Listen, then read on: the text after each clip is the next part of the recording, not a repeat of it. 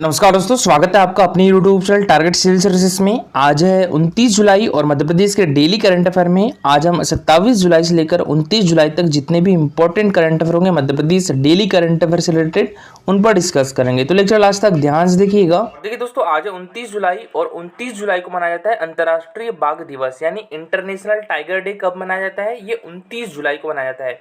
29 जुलाई 2023 यानी आज को हम 13वां विश्व अंतर्राष्ट्रीय बाघ दिवस मनाने जा रहे हैं। तो अंतर्राष्ट्रीय बाघ दिवस कब से मनाया जा रहा है? ये 2010 से मनाया जा रहा है। साल 2010 में रूस के पीटर्सबर्ग में आयोजित इंटरनेशनल कॉन्फ्रेंस में प्रत्येक वर्ष की 29 जुलाई को विश्व बाघ दिवस मनाने का निर्णय लिया गया और इस अंतर्राष्ट्रीय सम्मेलन में बाघों की आबादी वाले 13 देशों ने हिस्सा लिया और सभी से 2022 तक बाघों की संख्या को दुगनी करने का लक्ष्य दिया है। भारत इकलौता देश ऐसा है जिसने लक्ष्य से 4 साल पहले 2018 में ही ये लक्ष्य प्राप्त कर लिया था। और अभी 2018 की गणना के अनुसार देश में सर्वाधिक बाघ किस राज्य में पाए गए हैं? तो ये हमारे मध्य प्रदेश में पाए गए हैं। कितने बाघ?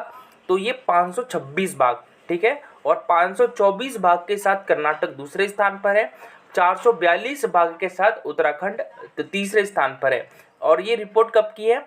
तो ये रिपोर्ट है 2018 की, ठीक है। और अभी हाल ही में देखिए एक गणना की थी हमारे राज्य में ही, तो उसमें हमारे मध्य प्रदेश में कितने बाघ पाए गए? 700 प्लस बाघ है, ठीक है।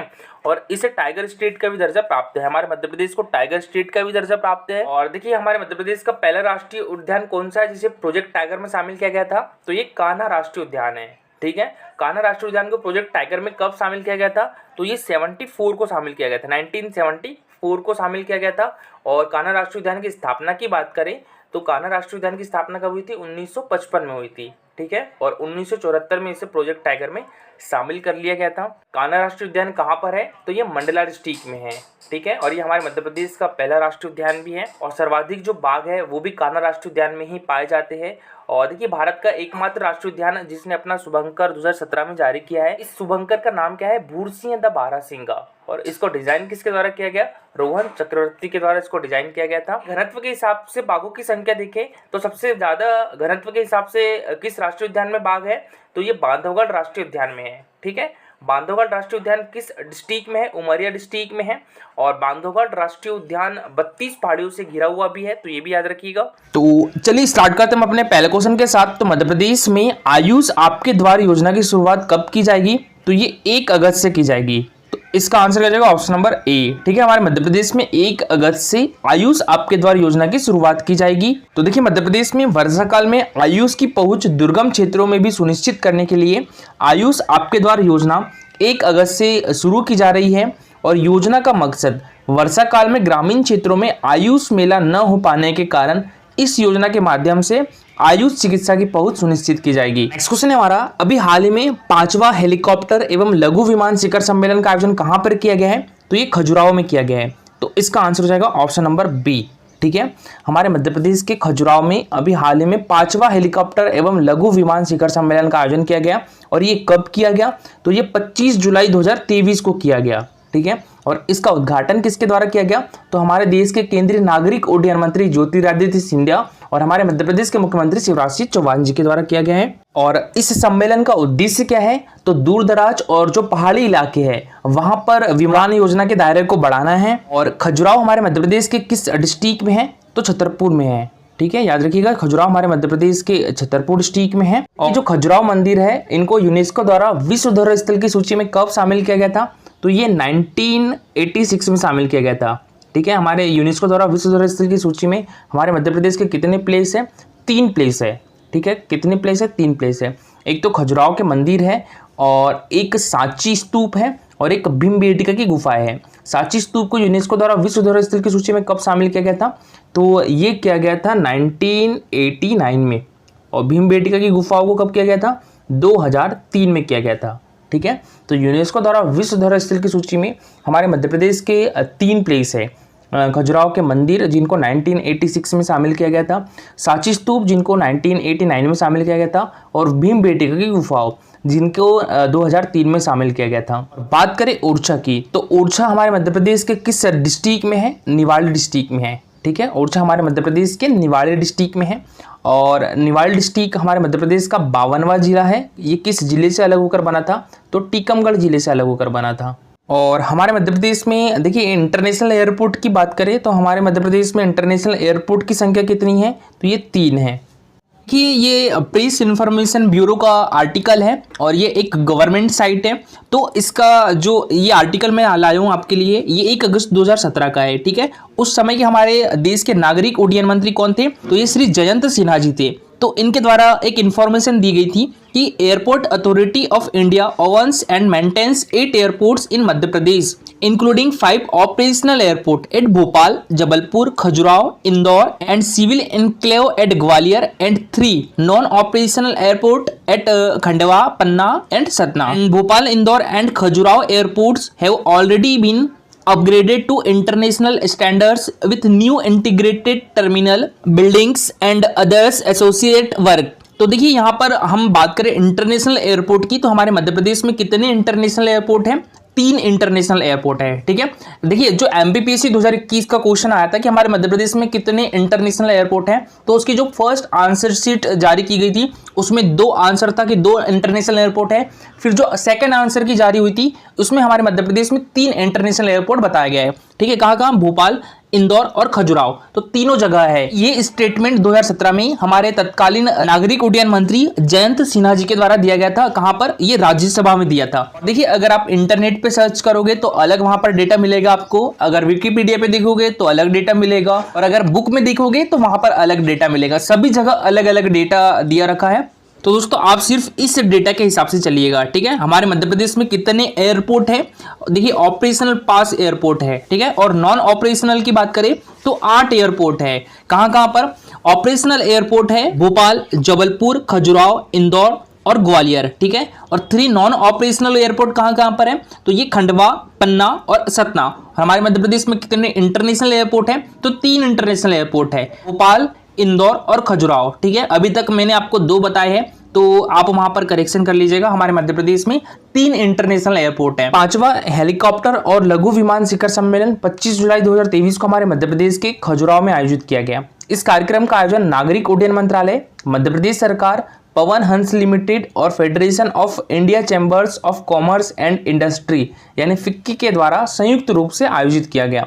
शिखर सम्मेलन का उद्घाटन हमारे मध्य प्रदेश के मुख्यमंत्री शिवराज सिंह चौहान जी और केंद्रीय नागरिक उड्डयन और इस्पात मंत्री ज्योतिरादित्य सिंधिया के द्वारा किया गया। और शिखर सम्मेलन के उद्देश्य में दूर दराज और पहाड़ी इलाकों में उड़ान योजना के दायरे को बढ़ाना शामिल है। इस योजना का विषय अंतिम मील तक पहुंचना, हेलीकॉप्टरों और छोटे विमानों के माध्यम से क्षेत्रीय कनेक्टिविटी को बढ़ावा देना है। नेक्स्ट क्वेश्चन है हमारा, मध्य प्रदेश के कितने शहरों में रिसर्च, स्किल डेवलपमेंट और इंडस्ट्री के नए केंद्र स्थापित किए जाएंगे? तो ये 5 शहरों में। तो इसका आंसर हो जाएगा ऑप्शन नंबर बी। और देखिए हमारे मध्य प्रदेश के 2 शहरों इंदौर और ग्वालियर के बीच नॉलेज कॉरिडोर की भी स्थापना की जाएगी, ठीक है। तो नॉलेज कॉरिडोर की स्थापना किन 2 शहरों के बीच की जाएगी? तो ये इंदौर और ग्वालियर के बीच की जाएगी, ये याद रखिएगा, मोस्ट इंपॉर्टेंट है। और हमारे मध्य प्रदेश के कितने शहरों में रिसर्च, स्किल डेवलपमेंट और इंडस्ट्री के नए केंद्र स्थापित किए जाएंगे? 5 जिलों में। कौन कौन से? उज्जैन, देवास और इंदौर, भोपाल और ग्वालियर, ठीक है। इन 5 शहरों में रिसर्च, स्किल डेवलपमेंट और इंडस्ट्री के नए केंद्र स्थापित किए जाएंगे और इंदौर और ग्वालियर के बीच नॉलेज कॉरिडोर की स्थापना की जाएगी। तो देखिए हमारे मध्य प्रदेश की अर्थव्यवस्था को गति देने के लिए सरकार 5 शहरों में रिसर्च, स्किल डेवलपमेंट और इंडस्ट्री के नए केंद्र तैयार कर रही है। और इन केंद्रों से न सिर्फ हमारे मध्य प्रदेश को आर्थिक लाभ होगा बल्कि सैकड़ों को रोजगार भी मिलेंगे। नए और स्वर्णिम मध्य प्रदेश की इस अवधारणा में इंदौर, उज्जैन, देवास, भोपाल, ग्वालियर के मालनपुर को चयनित किया गया है और इसे नॉलेज और लाइफ साइंस कॉरिडोर का नाम दिया गया है। और देखिए ये जो प्रोजेक्ट है ये 7 बिंदुओं पर आधारित होगा: शिक्षण संस्थान, रिसर्च, इनोवेशन, पेटेंट, निवेश, स्टार्टअप उद्योग, स्किल वर्कफोर्स, प्रोडक्शन और मार्केटिंग। नेक्स्ट क्वेश्चन है हमारा, देखिए भी हाल ही में हमारे मध्य प्रदेश शासन श्रम विभाग के द्वारा मध्य प्रदेश श्रम कल्याण मंडल का गठन किया गया है। इसके अध्यक्ष किसे नियुक्त किया गया है? तो ये भगवान दास गोंडाने को नियुक्त किया गया है। तो इसका आंसर हो जाएगा ऑप्शन नंबर बी, ठीक है। अभी हाल ही में हमारे मध्य प्रदेश शासन श्रम विभाग के द्वारा मध्य प्रदेश श्रम कल्याण मंडल का गठन किया गया है। इसके अध्यक्ष भगवान दास गोंडाने को नियुक्त किया गया है। और हमारे मध्य प्रदेश के श्रम मंत्री कौन है? तो ब्रजेंद्र प्रताप सिंह हैं। ठीक है, हमारे मध्य प्रदेश के श्रम मंत्री कौन है? ब्रजेंद्र प्रताप सिंह हैं। तो देखिए 26 जुलाई 2023 को मध्य प्रदेश शासन श्रम विभाग के द्वारा मध्य प्रदेश श्रम कल्याण मंडल का गठन किया गया है और गठित संचालक मंडल में अध्यक्ष भगवान दास गोंडाने तथा सचिव कल्याण आयुक्त मनोनीत किए गए हैं। वर्तमान में राज्य सरकार द्वारा उप सचिव मध्य प्रदेश शासन श्रम विभाग रत्नाकर झा को मंडल के कल्याण आयुक्त का अतिरिक्त प्रभार सौंपा गया है। नेक्स्ट क्वेश्चन है हमारा 22 से 28 अक्टूबर 2023 को चीन के हांगझाओ में पैरा एशियन गेम्स में हमारे मध्य प्रदेश के कितने खिलाड़ी भारतीय टीम का प्रतिनिधित्व करेंगे? तो इसमें हमारे मध्य प्रदेश के 7 खिलाड़ी भारतीय टीम का प्रतिनिधित्व करेंगे। तो इसका आंसर हो जाएगा ऑप्शन नंबर सी। ठीक है, तो देखिए भारत को 10 सदस्यीय टीम पैरा एशियन गेम्स में अपना दम दिखाएंगी और चीन के हांगझाओ में 22 से 28 अक्टूबर 2023 को पैरा केनो का आयोजन हो रहा है और पहली बार इस इवेंट को शामिल किया गया है। और भारतीय टीम में 7 खिलाड़ी मध्य प्रदेश के हैं और भारतीय पैरा केनो के चेयरपर्सन और टीम के मुख्य कोच मयंक ठाकुर है। नेक्स्ट क्वेश्चन दोस्तों हमारा, मध्य प्रदेश की पहली एरोपोनिक तकनीक आधारित लैब किस जिले में बनेगी? तो ये ग्वालियर डिस्ट्रिक्ट में बनेगी। तो इसका आंसर हो जाएगा ऑप्शन नंबर सी। देखिए दोस्तों, विषाणु रोग रहित आलू बीज उत्पादन के लिए एरोपोनिक विधि का भारतीय कृषि अनुसंधान परिषद यानी ICAR और मध्य प्रदेश सरकार के साथ दिल्ली में अनुबंध हुआ है और भारतीय कृषि अनुसंधान परिषद यानी ICAR में केंद्रीय आलू अनुसंधान संस्थान शिमला ने हवा में आलू के बीज उत्पादन की यह अनूठी तकनीक विकसित की है। और देखिए दोस्तों, कल का हमारा क्वेश्चन था मध्य प्रदेश के पुलिस महानिदेशक कौन है? विवेक जौहरी, सुधीर सक्सेना, श्री VP दुबे या श्री HS कामत। दोस्तों अभी हमारे मध्य प्रदेश के महानिदेशक यानी DGP कौन है?